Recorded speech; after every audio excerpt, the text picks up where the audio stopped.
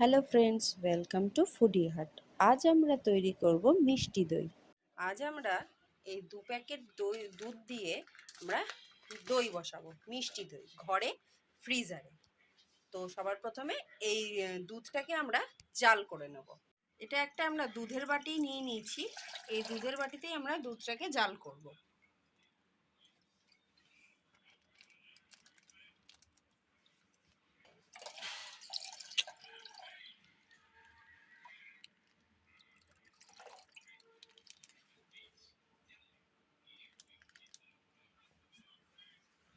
দুধটাকে আমরা জাল বসিয়ে দিয়েছি।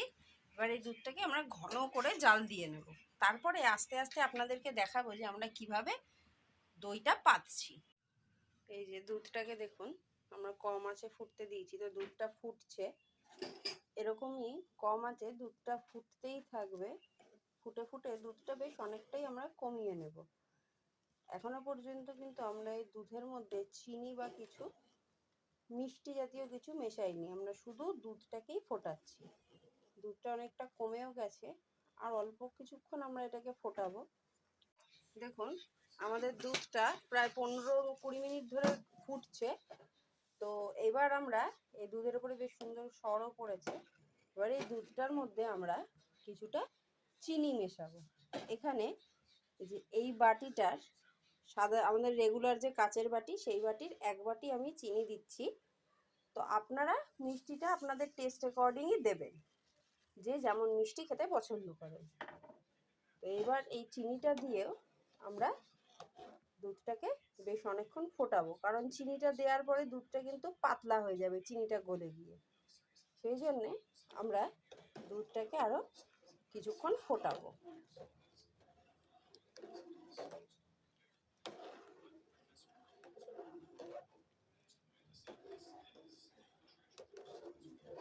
আর এই দুধটা আমরা দোকান থেকে যখন মিষ্টি দইটা কিনে খাই, আপনারা দেখেছেন যে মিষ্টি দইটা একটু লাল লাল মতন হয়।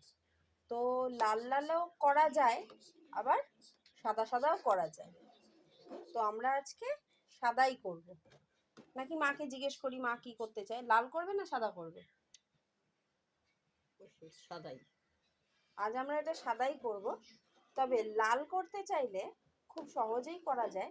যে কিছুটা চিনি আপনারা 1 চামচ বা 2 চামচ মতন চিনি আপনারা একটা অ্যালুমিনিয়ামের বাটিতে নেবেন, নিয়ে চিনিটার ক্যারামেল বানাবেন কম আছে। ক্যারামেল বানিয়ে, আর ক্যারামেল বানানোর সময় ওটাতে কিন্তু কোনো রকমের জল দেবেন না। ক্যারামেল বানিয়ে ওটার সাথে এই দুধটাকে একসাথে জাল দিলে তাহলেই আপনাদের দইয়ের রঙটা লাল হয়ে যাবে। কিন্তু আমরা সেটা আজকে করব না, আমরা আজকে সাদাই করব। তো এবার দুধটা গ্যাস বাড়িয়ে দিয়েছিলাম, দুধটা ফুটে উঠেছে। এবার গ্যাস কমিয়ে এটাকে আমরা আরেকটু ঘন হতে দেবো। দেখুন, আমাদের দুধটা বেশ একদম ঘন হয়ে গেছে, বেশ ঘন না, একদম ঘন হয়ে গেছে। এইবার আমাদের এর মধ্যে বাকি প্রসেসিংটা করার টাইম। তো এবার সবার প্রথমেই আমরা এখানে গ্যাসটাকে নিভিয়ে দেব। নিভিয়ে দিয়ে দুধটাকে নামিয়ে নিয়ে হালকা ঠান্ডা করব। এই যে দুধটাকে এখন আমরা ফ্যানের তলে রেখেছি, রেখে এটাকে ঠান্ডা করব। আর তার সাথে এবার এই দইটা আমরা কি দিয়ে পাতবো সেটা আপনাদেরকে দেখিয়ে নিই। এই দেখুন, এইখানে আমরা রেখেছি 150 গ্রাম মতন মিষ্টি দই। এবার এই মিষ্টি দইটা দিয়েই আমরা এখানে ঘরে মিষ্টি দই পাতবো। মিষ্টি দই দিয়ে পাতলে কিন্তু দইটা খুব সুন্দর হয়। আর টক দই দিয়ে পাতলে কিন্তু ওটা ঠিক টক দই হবে না মিষ্টি দই হবে বলতে পারছি না। কিন্তু আমি যখনই পাতি ঘরে, তখনই এই মিষ্টি দই দিয়েই আমি দই পাতি, এই মিষ্টি দইটা পাতি হয়। তো এখানে আমরা দুধটাকে ঠান্ডা করে নিচ্ছি। এবার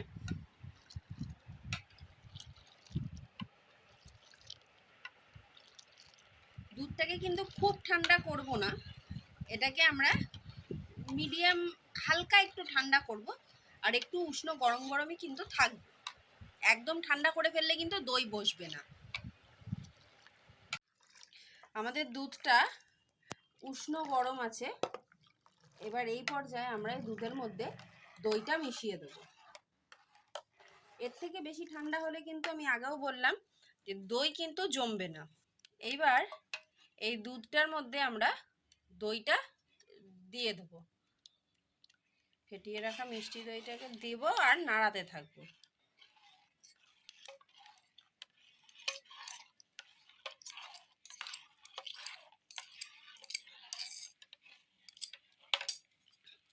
এবার এই হাতাটা দিয়ে আমরা ভালোভাবে দুধের সাথে দইটাকে মিক্স করে নেব, যেন কোথাও কোনো লাম্পস না থাকে।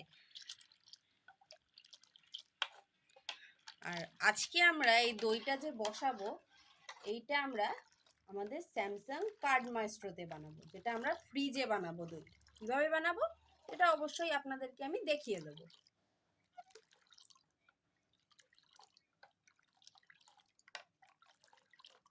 আসলে আমি ফ্রিজটা তো নতুন কিনেছি, আর এই ফিচারটাও আমার কাছে নতুন, তো সেই জন্যে এইটাতে আমার ট্রায়ালও দেওয়া হয়ে যাচ্ছে যে কীভাবে দইটা হয়, আর আপনাদেরও দেখানো হয়ে যাচ্ছে।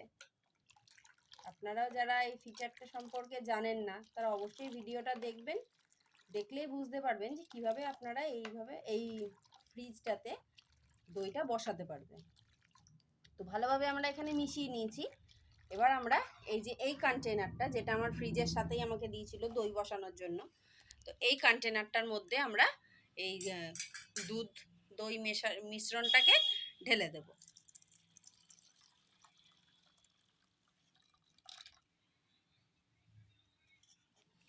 যে দেখুন এটা প্রায় ভর্তি হয়ে গেছে, আর এবার এটাকে আমরা ঢেকে দিচ্ছি।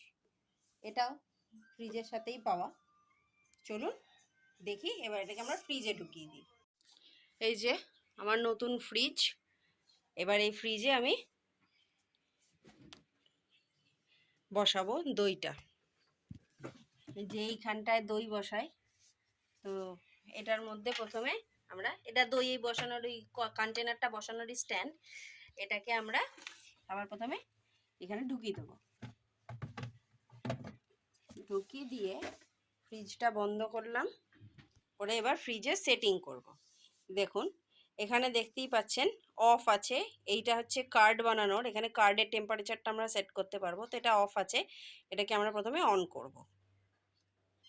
এই যে এখানে দেখাচ্ছে সফট, আমরা সফট দই চাই না, আমরা একটু থিক চাই, তো আরেকবার টিপলে এখানে থিক অপশানটা চলে আসবে। এইবার আমাদের এই মোডটা সেট হয়ে গেছে, আমাদের ইয়েটাও অন হয়ে গেছে, কার্ড মাইস্ট্রোটা। এই থিক দইটা হতে মোটামুটি আমাদের 7.5 থেকে 8 ঘন্টা টাইম লাগবে। আর যখনই এখানে এই আমাদের কার্ডটা রেডি হয়ে যাবে, এই যে এখানে থিক অপশানটা চেঞ্জ হয়ে, আমি আপনাদেরকে এমনি টিপে দেখাচ্ছি, এটা নিজে থেকে হবে, এই যে সার্ভ অপশানটা শো করবে, তার মানে তখনই আমাদের কার্ডটা রেডি হয়ে গেছে।